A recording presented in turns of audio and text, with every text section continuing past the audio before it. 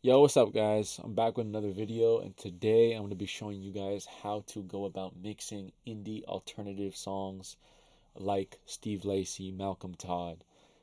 Basically, we're going to be mixing the track that we made a couple videos ago, where I showed you guys how to make a song like Steve Lacy in under an hour.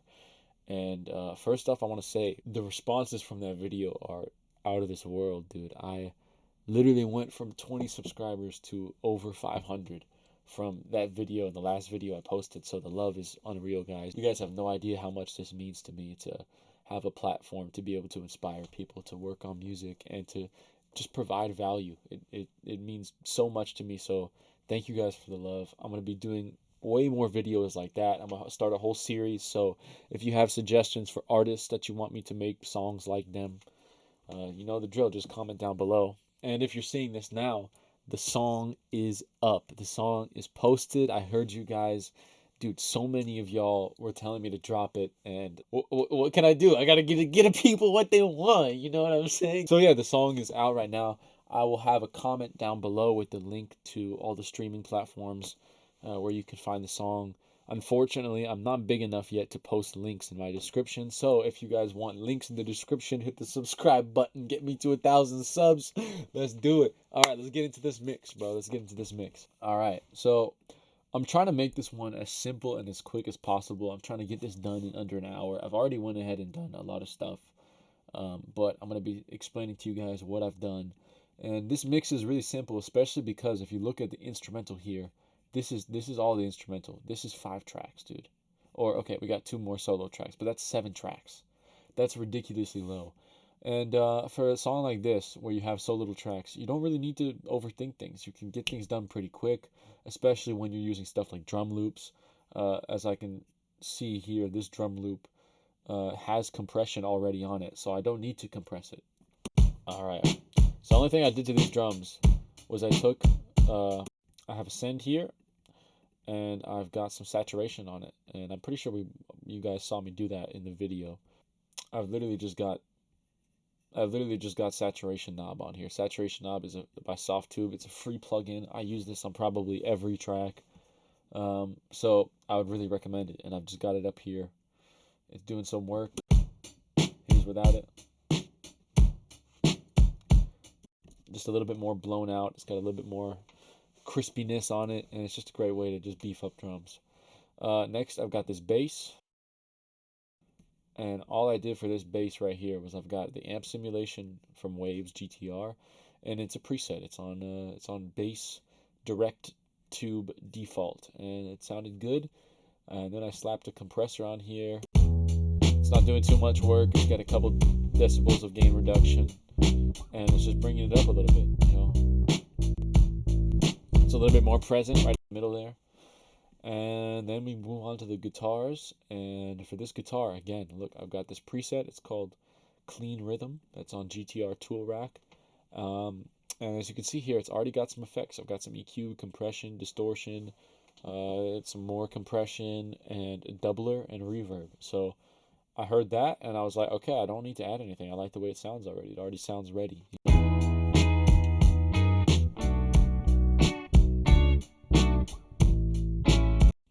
Now next, I literally have the same chain, and these are just 2 doubles, and they're panned out left and right all the way. It just makes it nice and wide, and that's all for the instrumental, dude. You see how easy that is?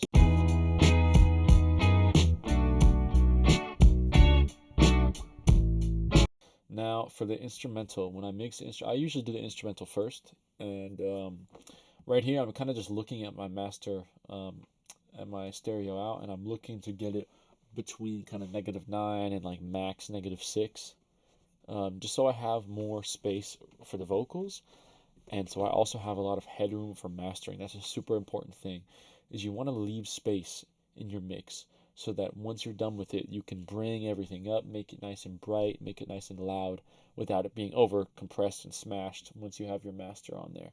So I want to leave around 6 decibels of headroom for mastering, and that's what I'm looking at here. That's my goal.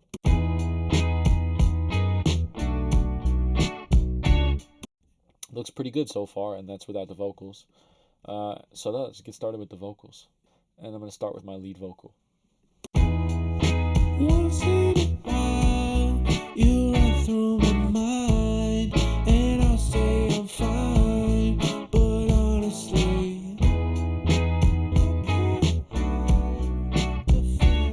So that's without the effects. I've got some auto tune on there. It's not doing too much work, but it's just kind of making it nice and smooth.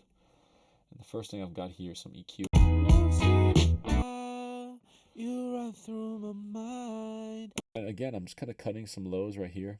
And I say I'm fine, but and right there, I can kind of hear a frequency that's a little bit nasally that I don't like. I'm kind of used to mixing my own voice, so I kind of know where some nasty frequencies in my voice are. You run through my mind, and I say I'm fine, but Alright, so I've got that right there, and I've also tweaked on the Pro Q. I've got the dynamics enabled, so that opposed to just cutting all this, it's only going to activate when there's a frequency that's right there for it to take away. So honestly, I can't hide the fear. And that's all I'm going to do. I'm going to have a reductive EQ, and I'm going to move on to my compressor right here. I've got the 76. So the goal for this compressor is kind of to just take away the peaks and to level it out, make it nice and smooth without it jumping too much in volume. Once in a while, you run. So I'm looking to get about -5 decibels of gain reduction when I look at the meter there. So I do that just by tweaking this, bringing it down. Fine, but honestly, another important thing is how you have your attack and release. I don't want too much of a fast attack. I don't think it's necessary. But the faster the attack, the faster the compressor is going to activate and it's going to start to squash the sound. Once in a while, you run through my mind. I like a attack that's kind of slow. That way it feels like the vocal can breathe a bit and it's not getting smashed right away. So that's pretty much it for that compressor. And then after that, I've got another compressor, which is doing a little bit less work. This one's mainly more for character and for volume. Once in a while, you run through it's a lot louder and brighter now. It's only doing a couple dBs of gain reduction. And now it's starting to get to a level which is sounding nice. It's sounding like lead vocal now.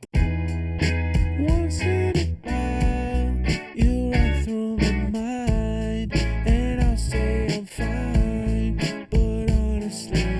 Alright, so right now I've got this multi-band compressor from FabFilter, and what I did is I just went on this vocal preset and I scrolled through what sounds nice, what am I looking for, and I got to this one which is presence and control, and I might have tweaked some things a little bit.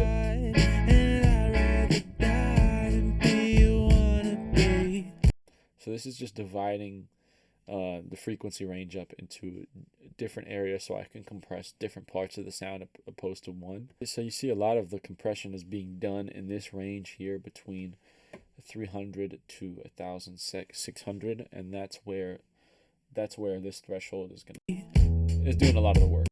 And it's just making it a lot smoother. It's just kind of, you can hear it just sounds more solid.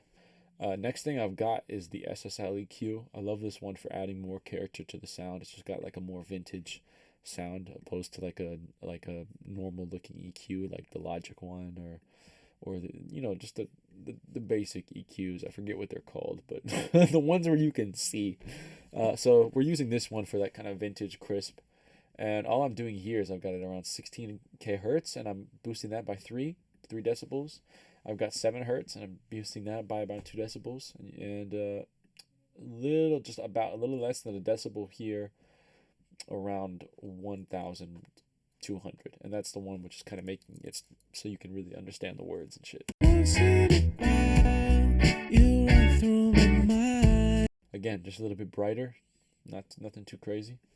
Next on the chain, I've got this de-esser, and I literally just opened this up, and this was the default way. Sounded good. Again, if there's something that's a little bit crazy, if I can hear a lot of sibilance, I'll usually just go on this EQ, and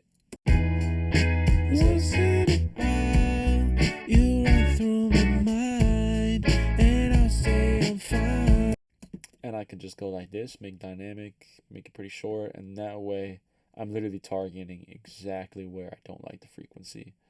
And I'll leave that for now. I mean, honestly, it really doesn't sound bad. But honestly, yeah, that's good. But again, this one is a little bit more general so that the sound is not too harsh.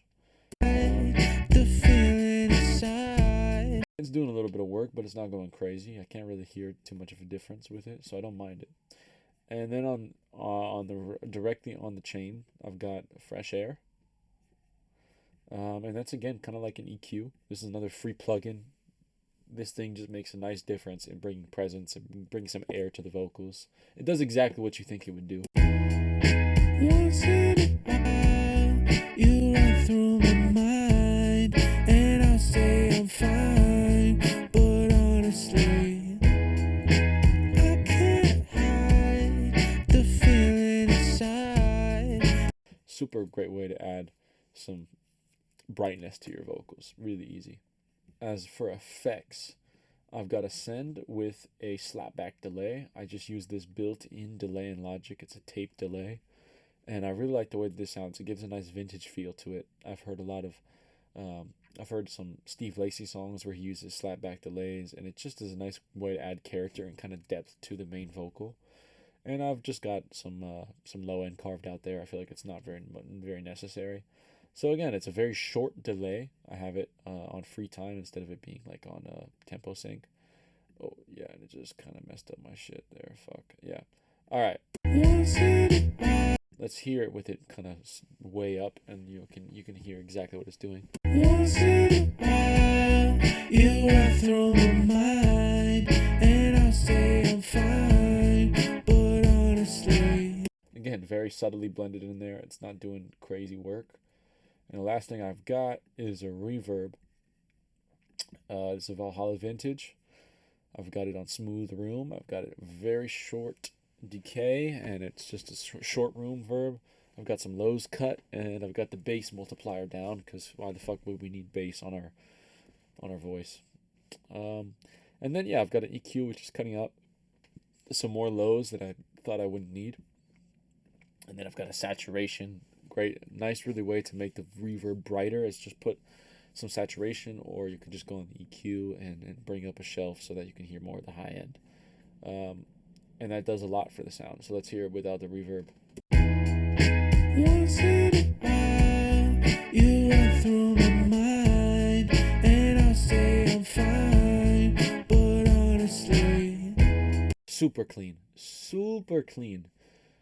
Next, what I did for the rest of these vocals is I've got a bunch of dubs. I've got 4 dubs. That's a lot, but I like my choruses to sound thick. I like them to be wide.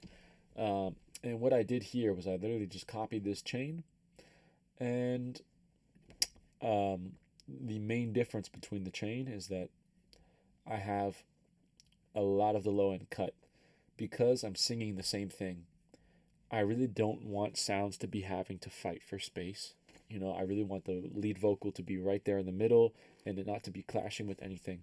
So for these ones, I've got a lot of low end cut. That way there's not unnecessary clashing, and maybe a little bit harsher on the compressor, maybe a little bit more compressed. Same thing for these 2 down here, except they're a little bit more panned out. So because they're in a little bit more of their own space, I carved a little bit less low end. And now let's hear how they sound.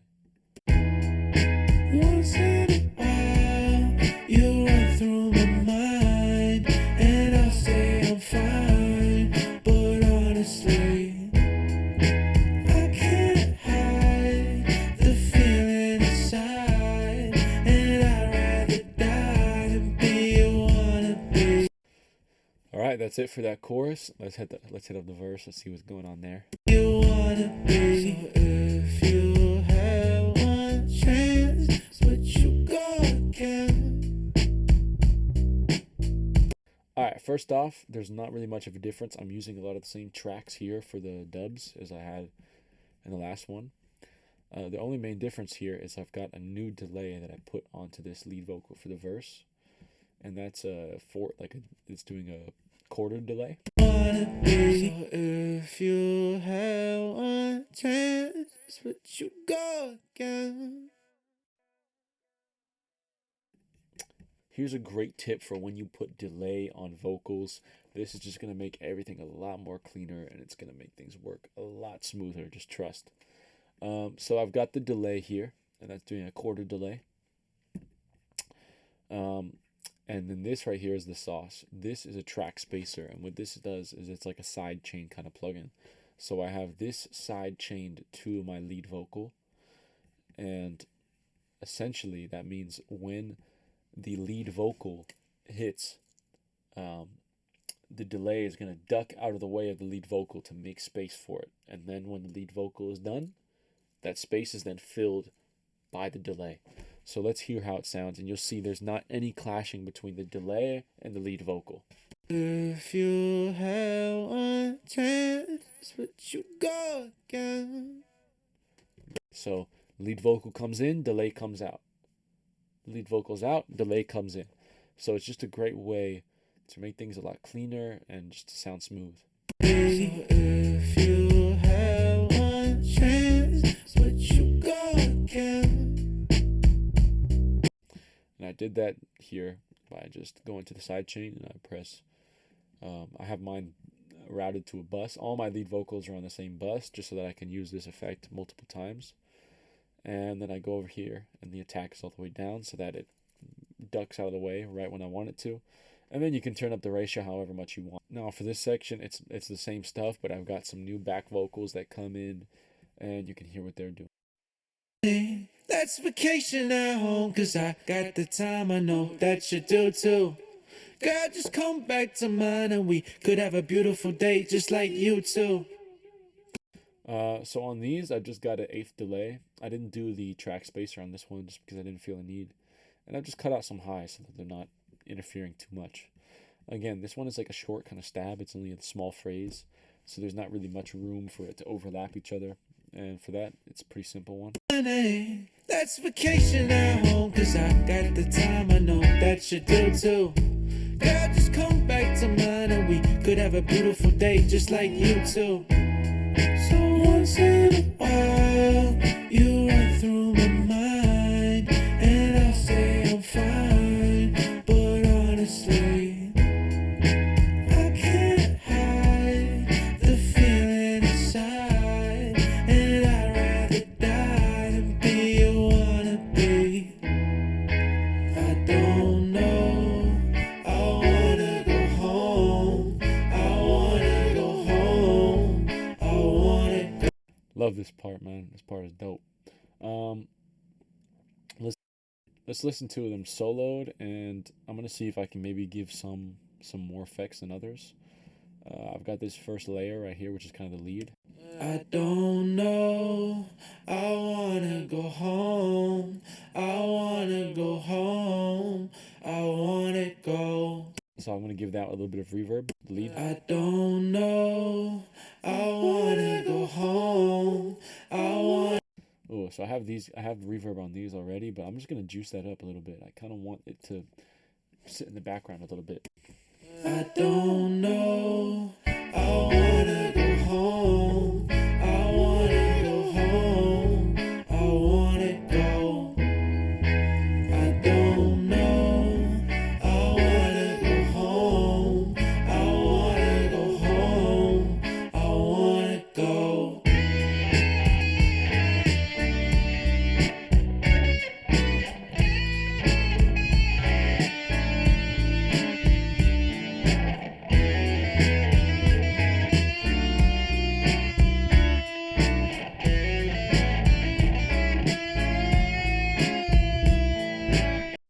All right, on that solo, this preset is called, what is it called?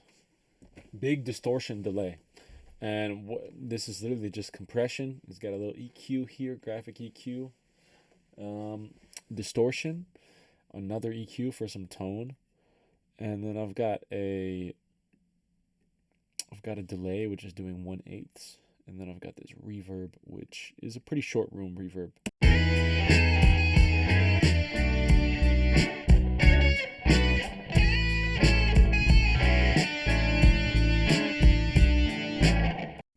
And yeah, guys, that's it for the mix. Now I'm going to show you guys how to do a really quick master chain. Again, this is some super like basic stuff. I'm trying to make this as entry level as possible. So I'm going to be using a really simple master chain, something that will still sound great for streaming services. Sorry for the sudden change in audio quality, but because I'm going to be listening on the speakers, I'm going to have to turn off my mic. And yeah, let's go through the mastering chain, see how it sounds.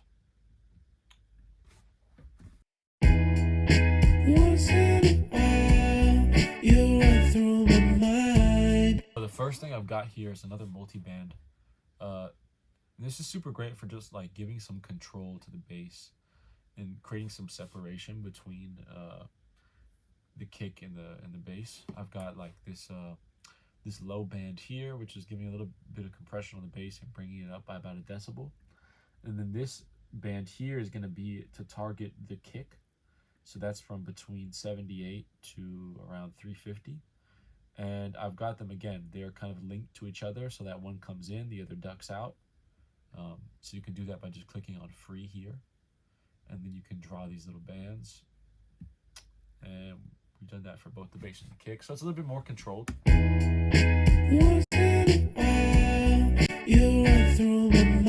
can hear the kick is starting to punch a little bit through the bass there, which is good. That's what I wanted. And then the next thing I've got here is this EQ. I've got right here, I've got this on mid, and I've got everything cut below 25 hertz. No reason to have those, honestly. You just want it. That's just unnecessary noise. Get it out of here. And next thing I usually do is I go and I look through, I kind of like scan around, and I'm looking to hear where the vocal is sitting. I'm looking for where the presence of the vocal is, where I can start to understand the words more. And let's hear that.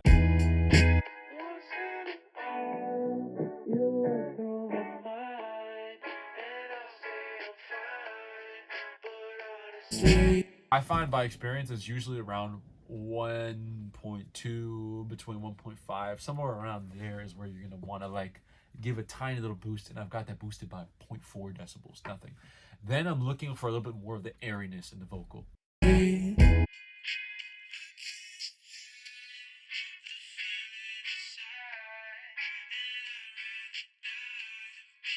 Sounds good. It's around 3K. I've got that also up by a little bit less than half a decibel.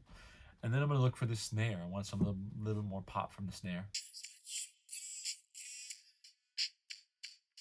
Now I've got this right here around 10K. I've got a little dip just to deal with some harshness. And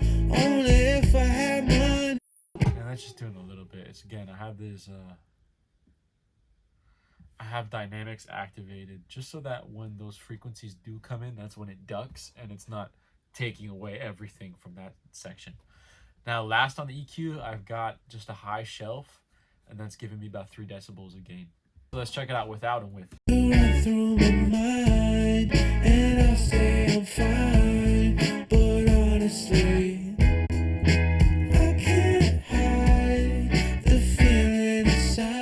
So again, this is not doing anything crazy. I think I'm just looking for the accents. I'm looking for the good parts that I want to bring up.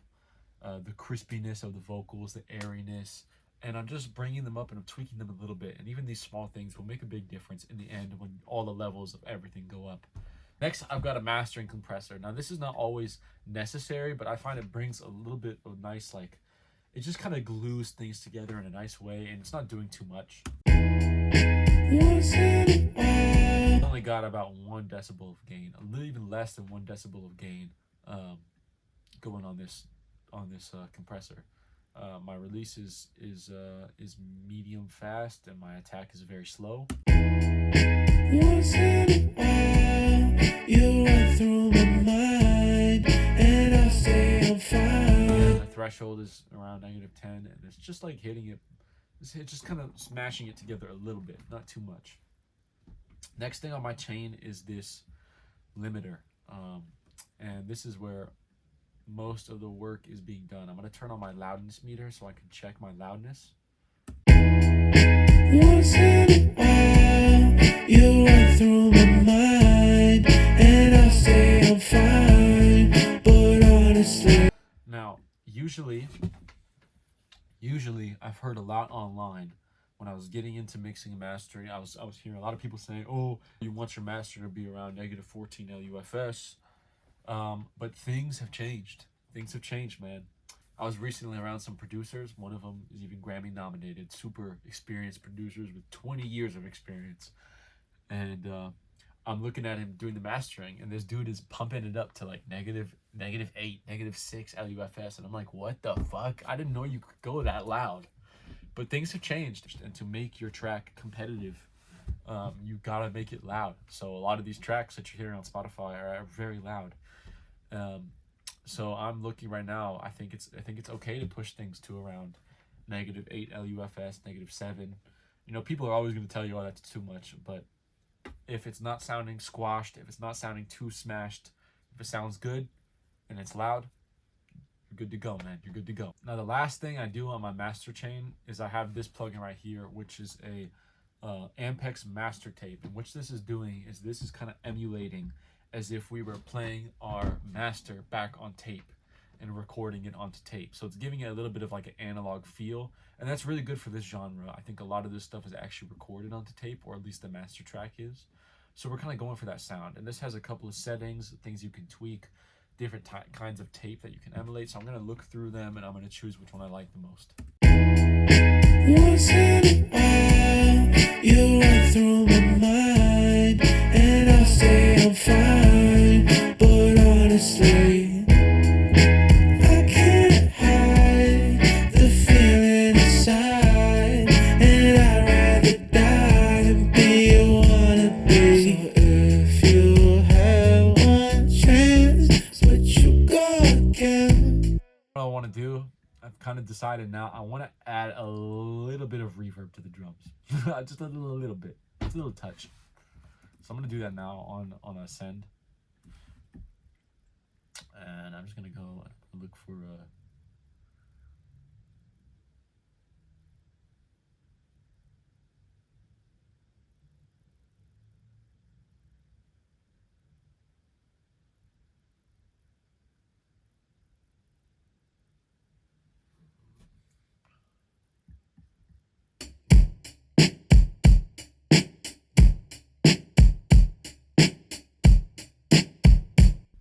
sounds pretty good to me. Dude, that's it. That's it. We're done. Like I said, if you're watching this now, the song is already out. I'm going to post a comment, and there will be the link where you can go and listen to the song on any platform. And yeah, guys, if you guys want more content like this, hit the subscribe button, give me a like, a comment, let me know what kind of artists you want me to cover next. And if you guys want any tips or anything, I can make videos about it. So I'm just here to help you guys, and really grateful if you guys want to be a part of the community. So that's me. I'm out.